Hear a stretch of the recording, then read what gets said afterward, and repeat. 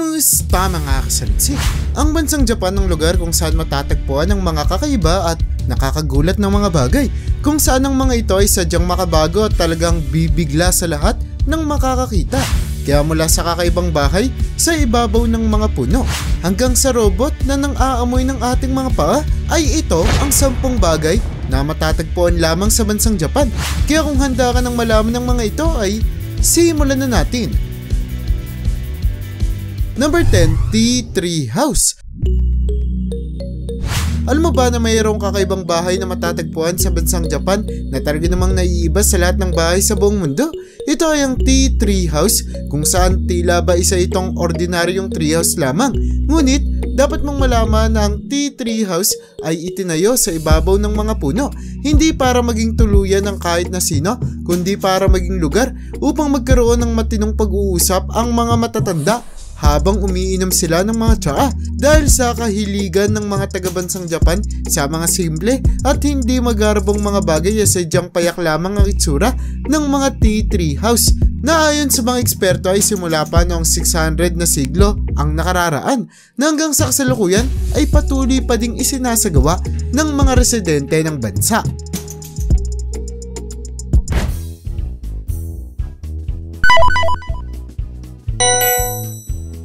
Number 9, Giant Log Festival.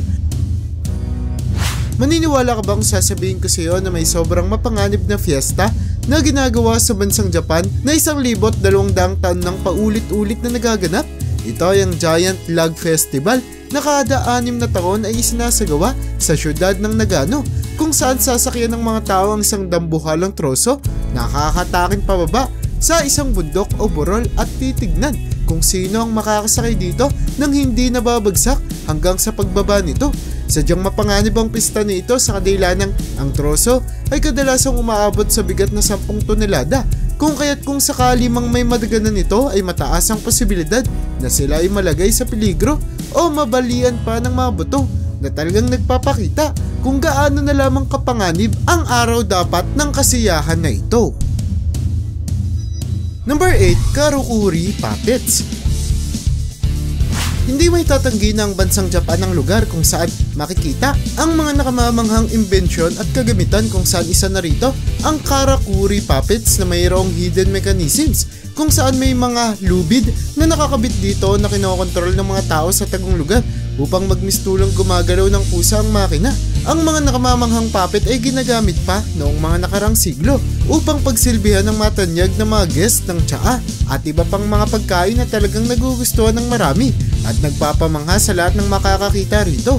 Madami ding mga iba't ibang uri ng Karakuri Puppets, hindi lamang sa pagsisilbi, kundi may iba din dito na kayang gumamit ng mga instrumento, habang ang iba naman ay ginagamit para magbigay aliw sa mga tao.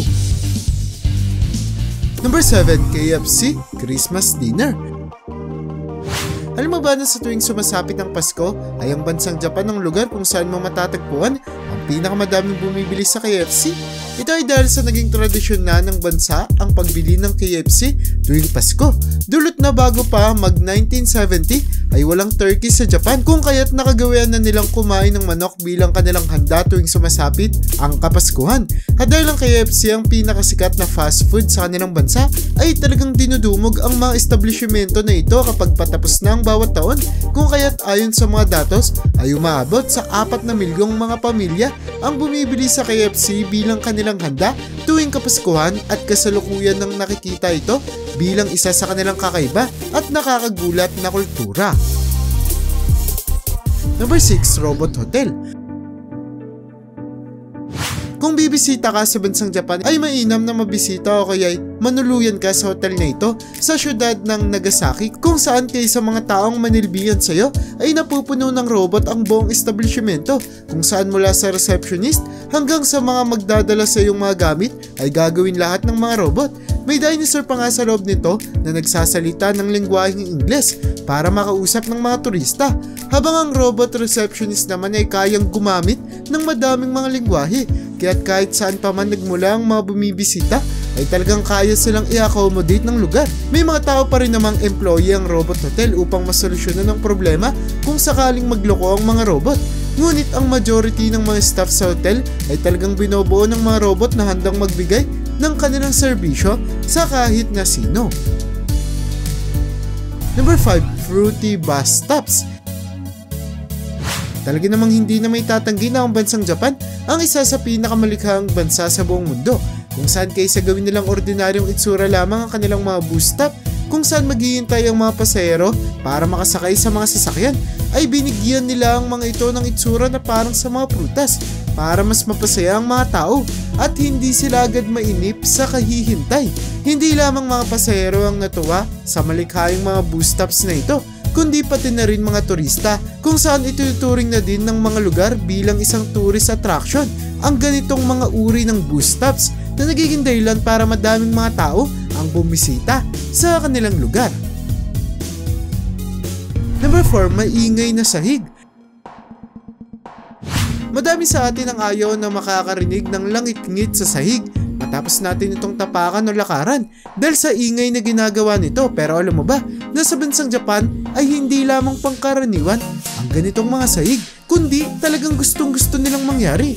Ito ay dahil sa bansang Japan ang lugar kung saan ka makakakita ng mga ninja noong sinaunang panahon, kaya't idinisenyo ng mga tao ang kanilang mga sahig para gumawa ng ingay sa tuwing may tatapak dito upang makontra ang mga ninja at maproteksyonan sila kung sakaling umatake ang mga ito o kaya magnakaw sa kanilang bahay.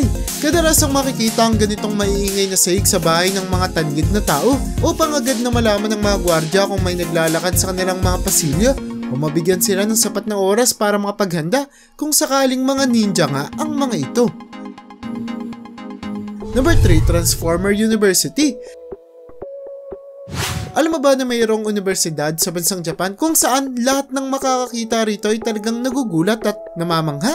Ito ay dahil sa ang universidad na nagbukas pa noong 1900s ay mayroong disenyo na tila ba isang transformer na hindi katakatakang nagugustuhan ng maraming mga tao, lalo na ang mga turista na nagiging dahilan para madami ang bumisita sa lugar upang makita lamang ang nakamamanghang universidad na ito. Ayon sa mga residente, ay isinali sa kanilang kompetisyon ang universidad kung kaya't ganito na lamang ang ginawang itsura nito na talagang nagpapakita na hindi lamang sa sining o musika makikita ang pagiging malikhain ng mga taga-Japan kundi pati na rin sa kanilang mga establishmento at gusali. Number 2. Pamatay na bato. Nagkaroon ng pangyayari sa bansang Japan na talagang gumulat at nagbigay takot sa kanilang mga mamamayan kung saan bigla na lamang nasira at nabitak ang mga bato na nagdudulot ng pagkalat ng mga sakit na talagang nakasama sa kalusugan ng mga tao na pinaniniwalaan ng mga residente na dahil daw ito sa pagkakawala ng mga masasamang espiritu. Ngunit ayon sa mga eksperto, ang pagkasira ng mga bato ay dahil sa erosion at weathering dahil sa matagalang pagbagsak dito ng tubig ulan na naging dahilan para ang mga chemical at mga toxic sa loob ng bato ay kumalat sa hangin na nagiging dahilan para ang lahat ng mga makakasingot nito ay magkakasakit at magkakaroon ng problema sa kanilang kalusugan. Ano man ang rason ay naging dahilan ng pangyayari niya ito para madaming mga taong bumisita sa lugar upang magdasal para mawala na rin ang matinding sakit na kumakalat sa kanilang mga tahanan. Bago tayo dumako sa una sa ating listahan ay gustong makita ninyo ang larawan na ito kung saan kapansin-pansin ang dalawang babae na bumibili sa isang tindahan. Makikita na nakapayong dalawa kahit pa sa loob ng establishmento. Ngunit ang talagang nakakagulat sa retrato ay ang babang bahagi ng dalawang babae kung saan tila ba may buntot sila na parang sa mga ahas. Kung saan ayon sa mga taga-Japan ay posible itong magkatotoo dahil madaming mga espiritu sa kanilang bansa kung saan ang iba sa mga ito ay nakikihalubilo pa umano sa kanila at natututo na ring mabuhay na parang ordinaryong mga tao. Number 1. Stinky Foot Robot Dog. Kaya mo bang paniwalaan na mayroong naimbentong robot na aso sa bansang Japan na may kakayanang amuyin ang iyong paa at tignan kung mabaho ito o hindi? Ang Stinky Foot Robot Dog ay may layon upang malaman kung mayroon ka bang mabahong paa, kung saan aamoy nito ang ating mga talampakan at agad magbibigay ng ibang reaksyon depende sa amoy, kung saan agad itong tatahol pag mabaho ang ating mga paa at bigla na lamang babagsak kung talagang terrible at tila ba pamatay na ang amoy nito. May tradisyon kasi ang mga taga-bansang Japan na sadyang nakakawalang respeto ang taong mayroong mabahong paa dahil na rin sa tinatanggal nila lagi ang kanilang mga sapatos sa tuwing pumapasok ng mga bahay o gusali, kung saan talagang nakatutulong ang robot na ito para malaman kung mabaho ba ang ating mga paa o hindi. Meron ding air freshener na nakakabit sa ilong ng robot upang agad niyang maisprayan ng talampakan kung naaamoy nitong mabaho na ang ating mga paa. At yun ang bumabuo para sa listahan natin sa video na ito. Talaga namang napakadaming nakakagulat at kakaibang bagay ang pwede nating madiskubre sa bansang Japan, at sigurado akong marami pa tayong pwedeng matuklasan. Kaya para sa'yo, alin sa mga ito ang pinakagumulat sa'yo? I-comment mo naman yan sa baba. At hanggang dito na lang muna ang aking bahagi. Hanggang sa muli mga kasaliksik, maraming salamat sa panonood. See you in my next vid.